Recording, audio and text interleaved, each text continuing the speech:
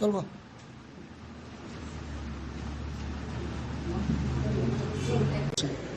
এই রাজ্যে ত্রিপুরা রাজ্যে ড্রাগসের কারবারিও তাদের মদতদাতাদের বিরুদ্ধে কঠোর পদক্ষেপ গ্রহণ করার জন্য আজকে আমরা রামনগর পুলিশ ফাঁড়ির ওসি সাহেবের সঙ্গে ত্রিপুরা মহিলা সংগ্রাম পরিষদের সদস্যরা এক ডেপুটেশনে মিলিত হব।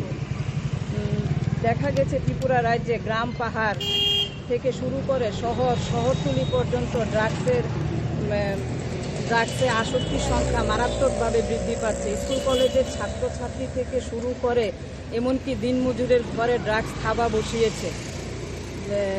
দেখা গেছে পুলিশের মদতে কিছু কিছু চুনোপুটি ড্রাগস কারবারিদের অ্যারেস্ট করছে, কিন্তু বাস্তবে প্রকৃত যারা ড্রাগস কারবারি তাদের বিরুদ্ধে কোনো ব্যবস্থা নিচ্ছে না। মুখ্যমন্ত্রী থেকে শুরু করে আরক্ষা দপ্তরের শীর্ষ মহল ড্রাগস কারবারিদের বিরুদ্ধে জিরো টলারেন্স নীতি গ্রহণ করেছে, কিন্তু বাস্তবে দেখা যাচ্ছে প্রচার সর্বস্ব। তাই আমরা ত্রিপুরা মহিলা সংগ্রাম পরিষদ মনে করছি যে এর পেছনে কোনো রাজনৈতিক ষড়যন্ত্র রয়েছে। এই শিরাপথে যে ড্রাগস গ্রহণ করার ফলে দেখা গেছে এইডস রোগীর সংখ্যা বাড়ছে এবং এই এইডস একটা মারাত্মক ব্যাধি হয়ে দাঁড়িয়েছে, যার ফলে ত্রিপুরা একটা বিপর্যয়ের মুখে ঠেলে যাচ্ছে।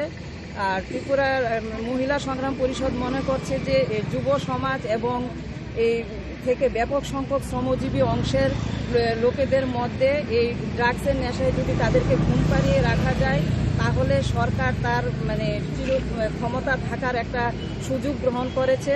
সুতরাং আমরা মহিলা সংগ্রাম পরিষদ মনে করি যে একটা কঠোর পদক্ষেপ গ্রহণ করুক প্রশাসন, যাতে ড্রাগস কারবারিদের থেকে যুব সমাজকে রক্ষা করা যায়।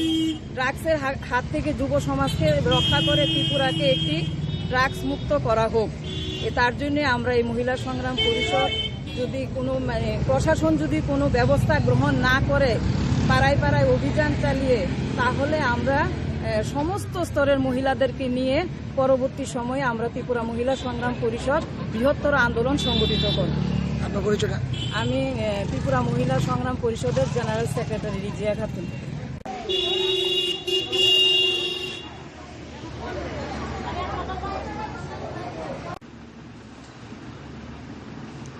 চলবো।